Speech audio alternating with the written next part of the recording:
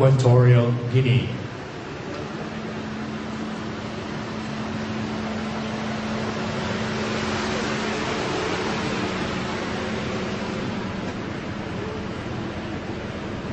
His Excellency Teodoro Obiang Nguema Basogo, President of the Republic of Equatorial Guinea, and Her Excellency Constancia Mange de Obiang, First Lady of the Republic of Equatorial Guinea.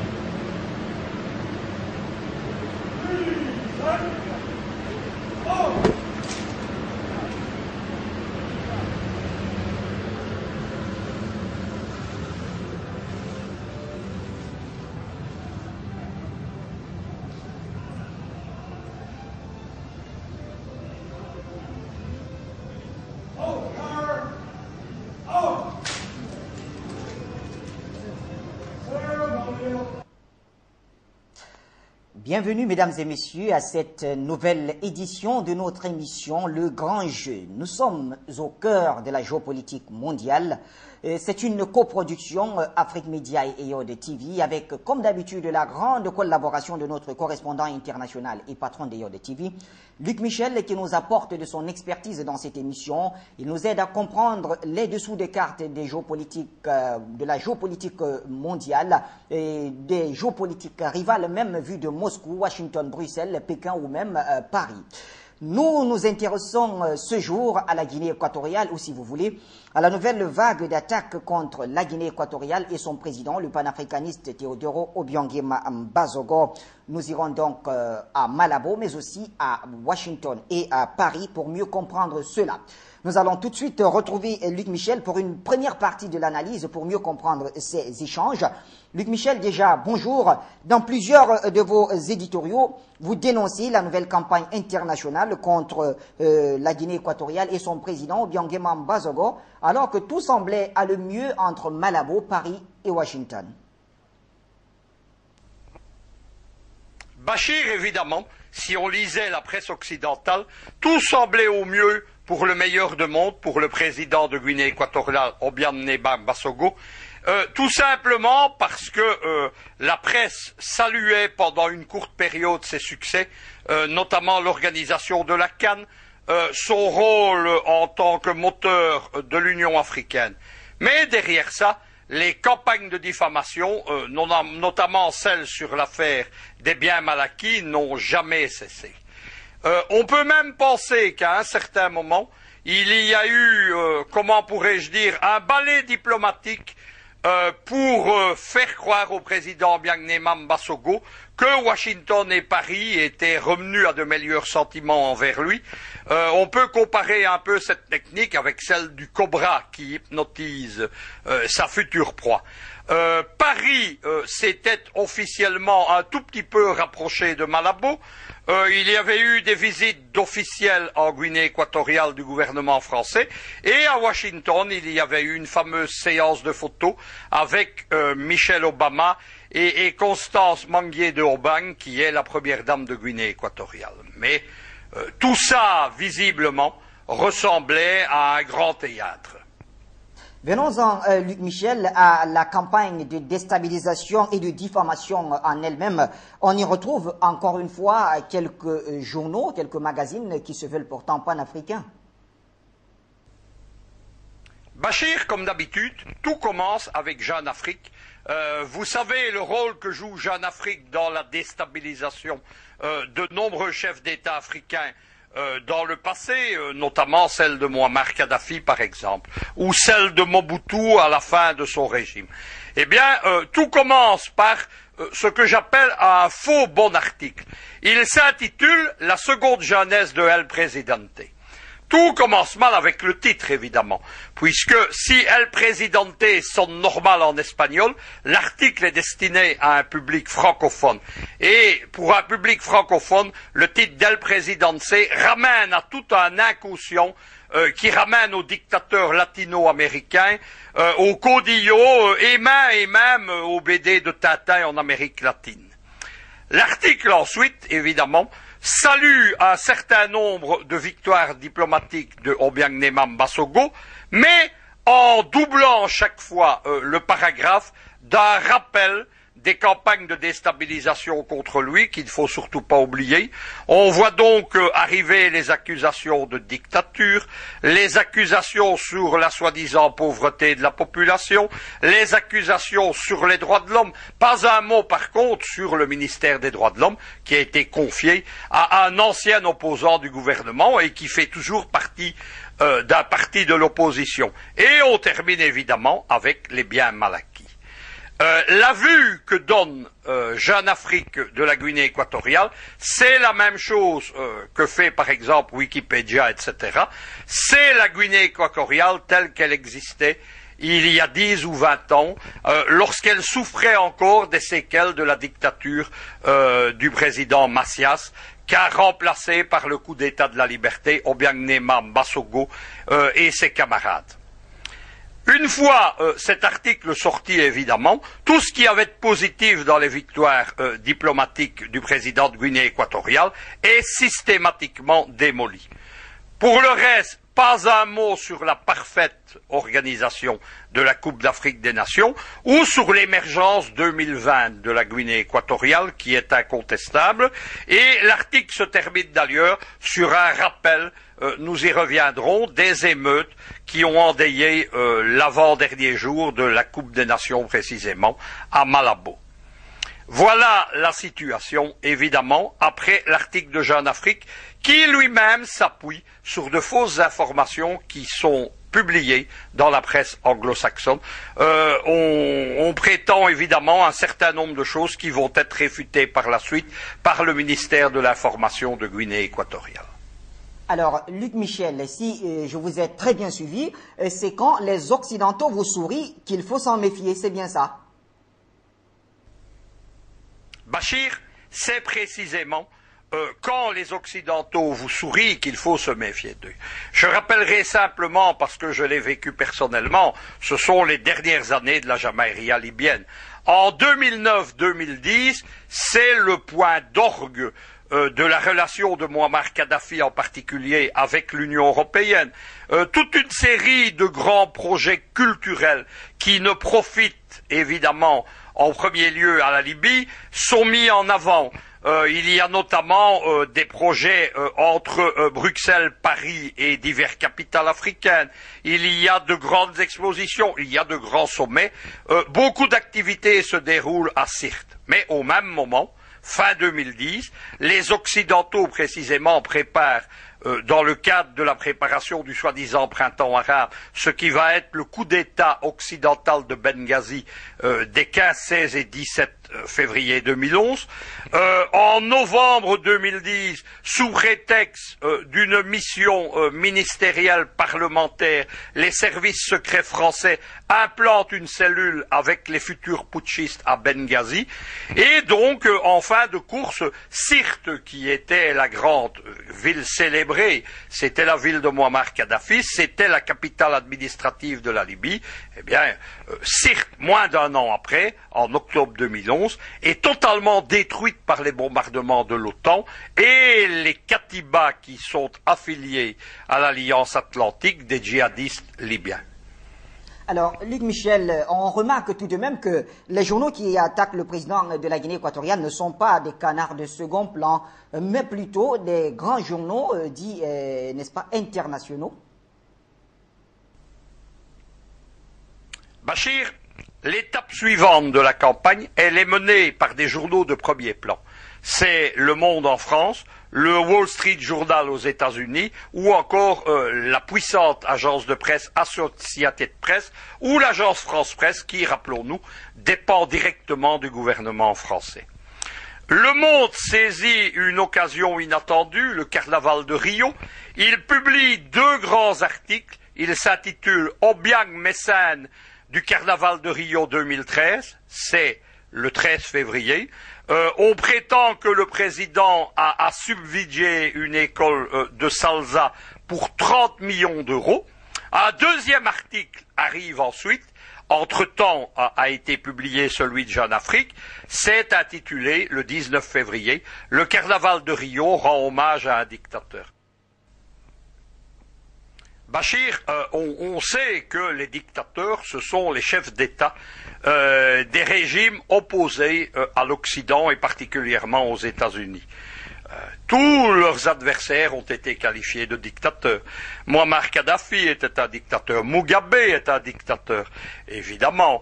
Assad est un dictateur, Poutine est un dictateur, pourtant régulièrement élu dans le cadre d'un système parlementaire qui, s'il diverge des normes occidentales, est une démocratie incontestable. Et évidemment, Obiang-Nema Mbasogo est un dictateur. Et moi-même, Bachir, qui défend les régimes attaqués par l'Occident, eh bien, la presse belge m'appelle l'ami des dictateurs. Il faut renvoyer tout ça dans les poubelles du journalisme. Mais ça porte quand même sur un public occidental qui est formaté, lobotomisé par des médias aux ordres, qui travaillent avec une méthode qu'on appelle les éléments de langage, c'est-à-dire qu'on donne aux journalistes le thème de ce qu'ils doivent publier, sans oublier que 90% des articles de journaux ne sont pas des créations, mais sont des reprises, plus ou moins modifiées ou pas du tout, des grandes dépêches des grandes agences, AFP, AP, Reuters, etc. Voilà comment on travaille. Alors, Luc Michel, derrière le Monde de Paris, on retrouve aussi des grands médias américains qui ont l'oreille de la Maison-Blanche et du State Department. C'est bien ce qu'on a appris. Derrière la campagne du Monde, il y a un journal américain, le Wall Street Journal, et l'Associated Press. Il publie en particulier ce qui est censé être une photo de Obiang-Nema au carnaval de Rio, mais le problème, le jour où la photo est censée prise à Rio, où on dit qu'il est présent discrètement avec son fils, Obiang-Nema, lui, il est au Cameroun, il est à Yaoundé, et il assiste au grand sommet de 12 pays africains contre Boko Haram. On est là dans le faux et l'usage de faux. En fait, le ministère de l'information, par la voix du ministre Théobaldo Chassot, va immédiatement rectifier et on saura que la soi-disant photo d'Obiang est celle d'un vice-ministre du gouvernement qui participe à Rio à une mission culturelle officielle dans le cadre des relations entre le Brésil, la Guinée équatoriale, mais aussi l'Union africaine. Il s'agit de José Ba Obama, un homonyme du président américain. Une fois qu'on met en valeur ceci, on comprend évidemment la méthode qui est utilisée. Alors, Luc Michel, les attaques ne s'arrêtent pas seulement à l'affaire de Rio, c'est ce qu'il nous semble, puisqu'il y a aussi une étrange promotion de soi-disant rappeurs révolutionnaires équato-guinéens. Mais, Bachir, ça ne s'arrête pas encore là. Quelques jours auparavant, parce qu'on est dans le cadre d'une campagne globale, la campagne globale, elle a été balisée avec des éléments. Moi, je peux les comprendre parce que je suis quotidiennement la politique de la Guinée équatoriale. Vous savez que je soutiens sans réserve son président dans son grand rôle panafricain. Eh bien, donc, moi, j'ai les éléments pour juger, mais le lecteur ne les a pas. Il y a l'AFP qui, curieusement, publie un article sur les soi-disant rappeurs révolutionnaires, les artistes du hip-hop révolutionnaire de Guinée équatoriale qui combattent, et on revient dans les poncifs, la terrible dictature répressive d'Obiang-Nema. Vous savez que j'ai participé à plusieurs missions de presse en Guinée équatoriale. Moi, je n'y ai vu qu'une population heureuse, et comme l'a dit un des chroniqueurs d'Afrique Média, mon ami Noua Sadio, lui, ce qui l'a frappé, c'est de voir des élèves, des jeunes enfants qui partaient à l'école en chantant. Mais tout ça n'a pas été vu, évidemment. La Guinée est donc une dictature sanglante où on bafoue aux pieds les droits de l'homme. C'est ce que nous explique l'AFP. Je ne citerai pas les rappeurs, ça n'en vaut pas la peine, mais nouvelle constatation, pour ceux qui n'auraient pas vu la dépêche de l'AFP, eh bien, il y a un organisme qui est chargé en permanence de publier toutes les saletés qui sont diffusées par la presse française contre le président de Guinée équatoriale. C'est une association qui s'appelle France Guinée équatoriale, qui dépend visiblement du Quai d'Orsay, et qui, sous prétexte d'amitié avec Malabo, eh bien, sert de caisse de résonance aux campagnes contre lui, et en particulier à l'opposition fantoche de Paris, de Londres, de Madrid et de Berlin, qu'on appelle la Corrette. Immédiatement, l'association Guinée équatoriale reprend en une la fameuse dépêche AFP, et il y ajoute des photos, ce que n'avait pas fait l'AFP, des fameux rapports révolutionnaires. Alors, Luc Michel, en quoi cette sombre affaire des rappeurs est-elle un danger pour la Guinée équatoriale? Comment vous l'analysez, vous, avec votre expérience, je dois le dire, des révolutions de couleur? Bachir, pourquoi ces rappeurs? Pourquoi est-ce grave? Pour une raison très simple, et à nouveau, on ne peut comprendre ce qui se passe que si on a une connaissance approfondie des révolutions de couleur, de leur histoire et de leur technique. Les révolutions de couleur, évidemment, c'est la vague de changement de régime organisée artificiellement, financée par les Américains et leurs alliés de l'OTAN, financée via un organisme qui s'appelle la NED, National Endowment for Democracy. Nous allons y revenir parce qu'on la trouve dans le dossier de la Guinée. Celle qu'on a appelée la vitrine légale de la CIA et qui, depuis 30 ans, finance les changements de régime pro-américains. Où est-ce que je veux en venir? Eh bien, je vais vous amener, Bachir, à la toute première révolution de couleur, celle qui en a été le laboratoire ou la matrice, c'est contre le président de la Yougoslavie, la troisième Yougoslavie, le président Slobodan Milosevic, lors des élections de 2000. Milosevic remporte les élections, immédiatement un mouvement qui est préparé depuis près d'un an, s'empare de la rue, crie à la fraude électorale, prétend que c'est le rival de Milosevic, l'ultranationaliste d'extrême droite, Kostunica, qui a gagné, et Milosevic est renversé, la police et l'armée ne réagissent pas, il finira dans les geôles de La Haye. Quel est le rôle du rap là-dedans? C'est que précisément, Otpor a commencé son travail de prise en main de la jeunesse serbe par l'organisation de groupes de rap. Le rap est omniprésent dans la campagne anti-Milosevic qui précède les élections présidentielles. On est visiblement sur le même mode ici. Il faut savoir que la même technique de groupe de rap au départ de la prise en main de la jeunesse a été utilisée dans d'autres révolutions de couleur, particulièrement en Géorgie en 2003, en Ukraine en 2004, dans d'autres en Europe de l'Est, mais également en Syrie, dans les premières semaines de l'insurrection organisée par l'Occident contre le président Assad, et en Libye, dans les premières semaines de l'insurrection contre Muammar Kadhafi. Ce n'est donc pas anodin. Alors, Luc Michel, plus inquiétant encore, vous nous avez dit que la tristement célèbre NED est encore impliquée dans cette tentative de déstabilisation de la Guinée équatoriale. Bachir, j'ai cité la AND parce qu'elle est directement présente dans le financement de la campagne de déstabilisation contre le président Obiang-Nguema Mbasogo, auquel nous assistons en ce moment. Lorsqu'il y a été organisé le fameux sommet USA African Leader, qui s'est tenu du 4 au 6 août 2014 à Washington, on a vu un comportement particulièrement aimable d'Obama et de Michelle Obama envers le couple présidentiel de Guinée équatoriale. Mais, comme je l'ai dit, on était là visiblement dans la séduction du cobra ou dans ce que la mafia sicilienne appelle le baiser de la mort. Parce que au même moment où on apparemment réintégré Obiang-Nguema Mbasogo dans les amitiés américaines, se tenait un sommet parallèle, précisément organisé par l'AND, les 5 et 6 août 2014, là aussi à Washington, dans des bâtiments officiels dépendant du Congrès des États-Unis, comme les vidéos le prouvent. J'ai publié sur ma chaîne politique PCN TV des vidéos intégrales qui ne laissent aucun doute, et vous vous rappelez, Bachir, que nous avons fait une émission spéciale à ce sujet au moment du sommet de Washington où nous avions expliqué comment ça se passait. Nous en avons reparlé d'ailleurs dans le cadre d'une émission consacrée aux révolutions de couleur en Afrique il y a quelques semaines, l'AND en fait est en aveu.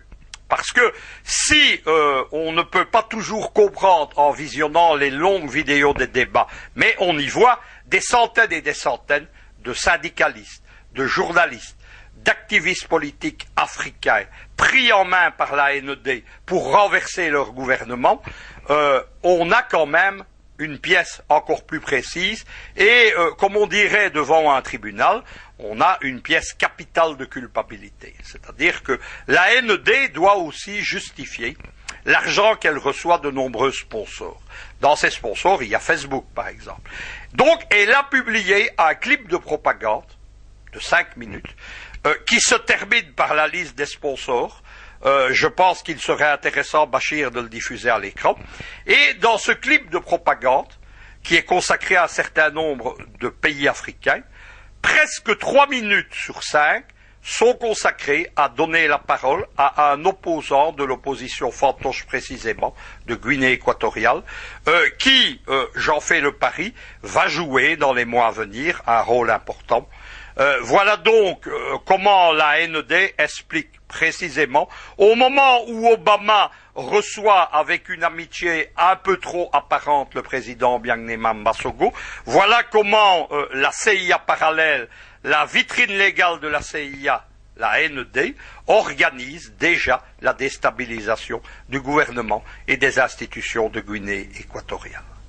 Merci Luc Michel. En tout cas, jusqu'ici, on vous a très bien écouté. Alors, pour nos téléspectateurs qui douteraient de ces preuves dont vous faites allusion, notamment en ce qui concerne la National Endowment for Democracy, nous avons réservé des éléments qui démontrent grandement, n'est-ce pas, cette preuve-là. Alors, d'abord, on va retrouver des images confidentielles du sommet alternatif de la NED dont vous dénoncez, intitulé Africa Civil Society Conference. C'était à Washington les 5 et 6 août 2014, en marge du sommet États-Unis-Afrique. On y retrouve plein d'éléments. Regardons tout simplement. Chairman of the Board of the National Endowment for Democracy. It is fitting that this gathering of African civil society representatives take place here in the U.S. Congress, an institution in which I served for 26 years as a congressman from Texas. In fact, during the 4 years when I was chairman of the Democratic Caucus, we held our meetings in this very room. The young lady in the back has the headphones. Just raise your hand. She'll come to you. Oh, d'accord? Okay. Let me, the first panel is going to focus. Let me say warm greetings to Congresswoman Karen Bass. Karen Bass is all of our congressperson. She is Miss Africa in the U.S. Congress. Good morning. I have here with me a high-powered delegation to make present subject of human rights in Africa. Delegates to the U.S.-Africa Summit welcome the U.S. initiative to convene a platform to reflect on the situation of human rights in Africa. And in this regard, would like to thank the USAID, NED, and Freedom House for making our participation in this historic forum possible. Je suis le secrétaire général de la Confédération nationale des travailleurs du Sénégal. Je pense que nous abordons la question des droits de l'homme et, à notre avis, le continent africain qui est cité comme un des continents qui porte la croissance est un continent aussi dans lequel nous voyons que les droits des travailleurs sont largement violés. La question que je pose, si nous voulons maintenir cette croissance en Afrique, il nous faudrait bâtir les conditions d'un environnement apaisé. C'est pourquoi je pense qu'il est bon que la société civile, dont le combat c'est le respect des droits de l'homme, des droits humains, comment cette société civile américaine et africaine devrait-elle travailler avec les organisations syndicales des travailleurs, des organisations syndicales, pour arriver à faire en ce que les droits syndicaux, les droits des travailleurs les droits fondamentaux au travail qui font une partie intégrante des droits humains soient de plus en plus respectés en Afrique, parce que ces droits sont toujours violés. La liberté d'expression, la liberté de choisir les dirigeants pour les travailleurs, la liberté d'avoir un travail décent et d'avoir une rémunération décente. Je vous remercie.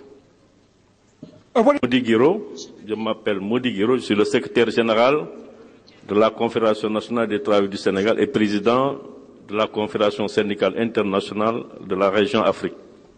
Okay. Thank you. Voilà, merci pour ce premier élément. Alors, mais il y a plus, la preuve même donc de l'implication de la NED, comme l'a relevé l'enquête de Luc Michel, dans la déstabilisation, cette fois-ci de Malabo. Nous publions un second document, donc, le clip publicitaire du sommet Afrique de la NED. Vous y verrez la 5e colonne US en Afrique, sûre d'elle et bien déterminée. À noter également l'accent qui est mis sur un activiste équato-guinéen mis en avant. On découvre tout simplement.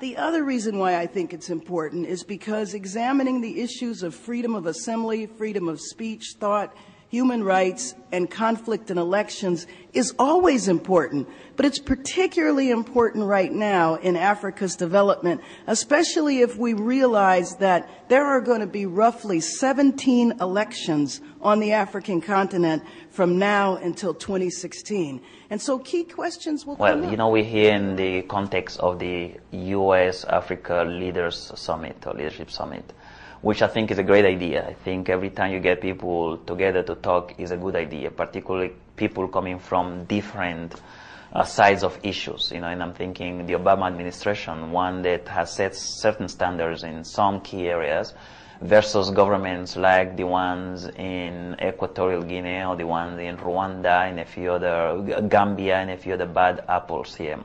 I think it's a good thing to bring those people together.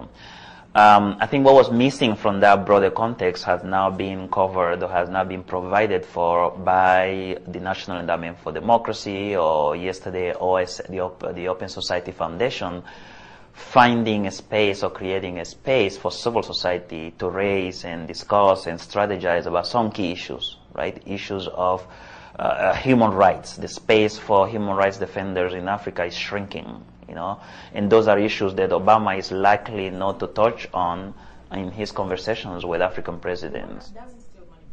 Well, I think partly for me, one of the most important things was to see if we could see how we could influence and push the idea that civil society is as important as business and as government in the governance of society in Africa and other parts of the world.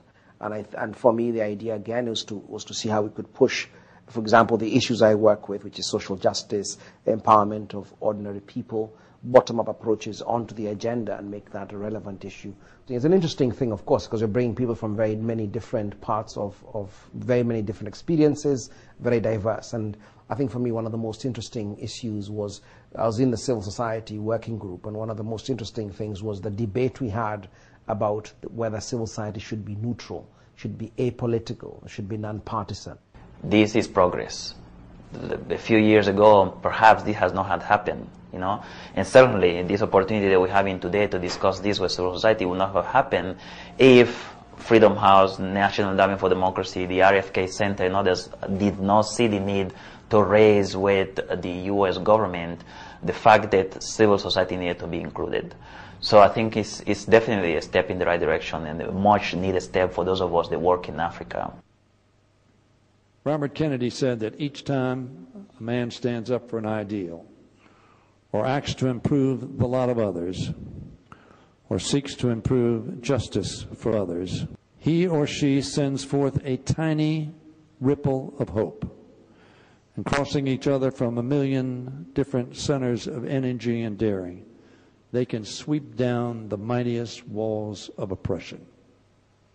Each time one of us speaks out, each time one of us stands up, each time one of us acts to improve the lot of others, it does in fact send forth a tiny ripple of hope.